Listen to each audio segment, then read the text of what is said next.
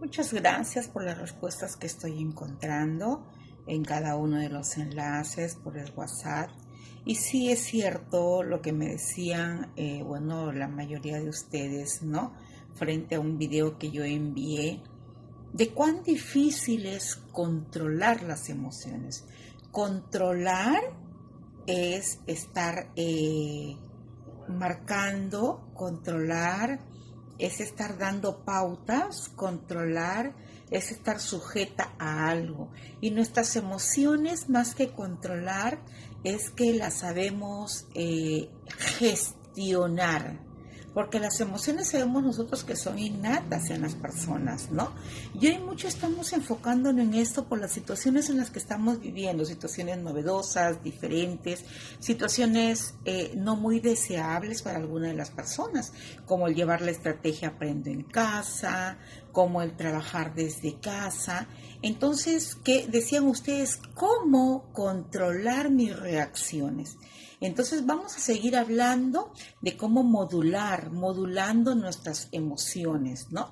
Las emociones, sabemos nosotros, son energías básicas que nos ayudan a conocernos, porque nos decimos, yo reacciono de esta manera, yo actúo así, por favor ya me conocen, no me ocasionen que yo me comporte así, pero no va a ser siempre.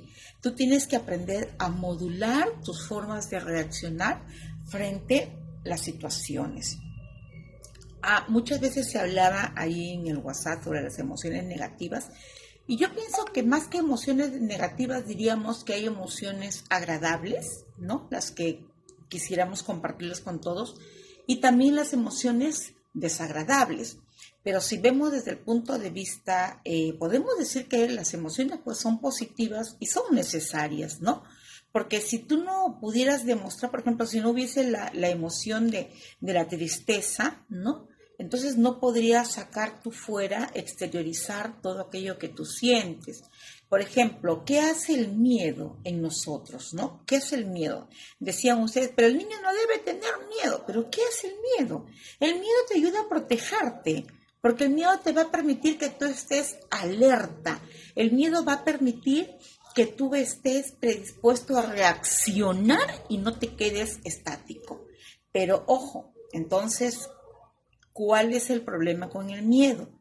Cuando esto llega a una fobia, cuando tú no puedes modular, no puedes pensar en el momento frente a algo, si se te presenta un animal, un insecto, ¿qué puedo hacer? Sino que empiezas a desbordarte y a gritar.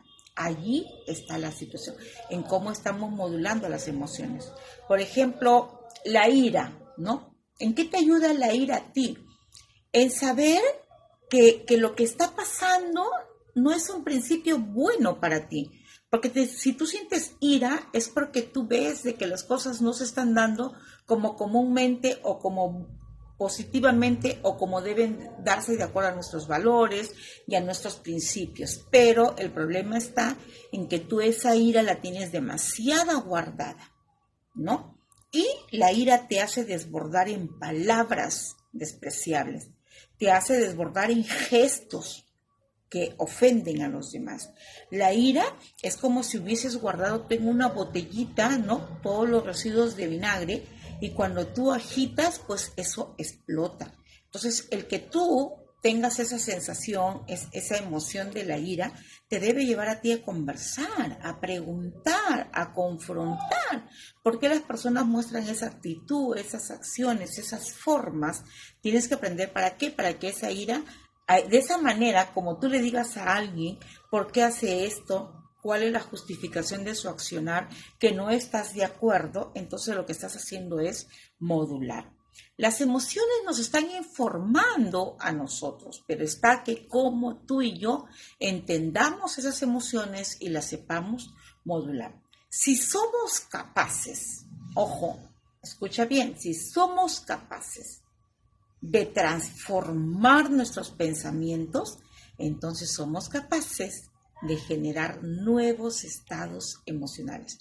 No digas que eres así, no digas que nadie te va a cambiar, no digas que esas son tus reacciones y que tienes que ver con el resto, no. Vives en sociedad y todos merecemos el respeto. Entonces, el que tú puedas cambiar tus pensamientos, vas a también modular tus estados emocionales. Muchas veces tenemos una creencia nosotros en que somos así. Irremediablemente soy así. La buena noticia que yo te traigo es que eso no es cierto. Pues la neurociencia, ¿qué ha hecho? Ha descubierto la plasticidad del cerebro, la plasticidad. Es una palabra que no es muy complicada, mamita, papito, los que me escuchan. ¿Por qué?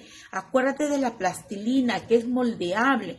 Entonces nuestro cerebro, la plasticidad del cerebro permite que mis acciones, mis actitudes puedan ser cambiantes, es decir, se pueden adaptar a ciertas formas de vida. ¿Pero de qué depende esto? De que tú quieras.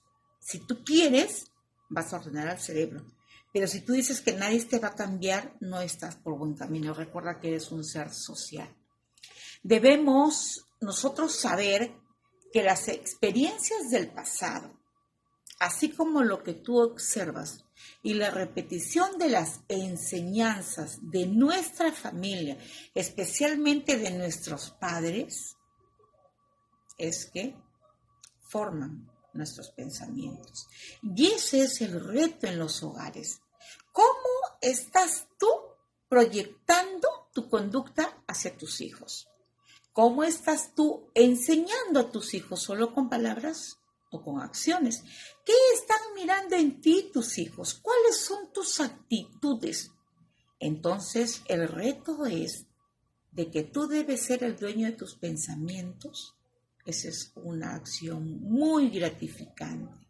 Recuerda, nadie es irremediablemente así. Modulando tus emociones, aprendes y aseguras una calidad de vida en tu familia. Te invito a pensar en esto y a actuar y ya.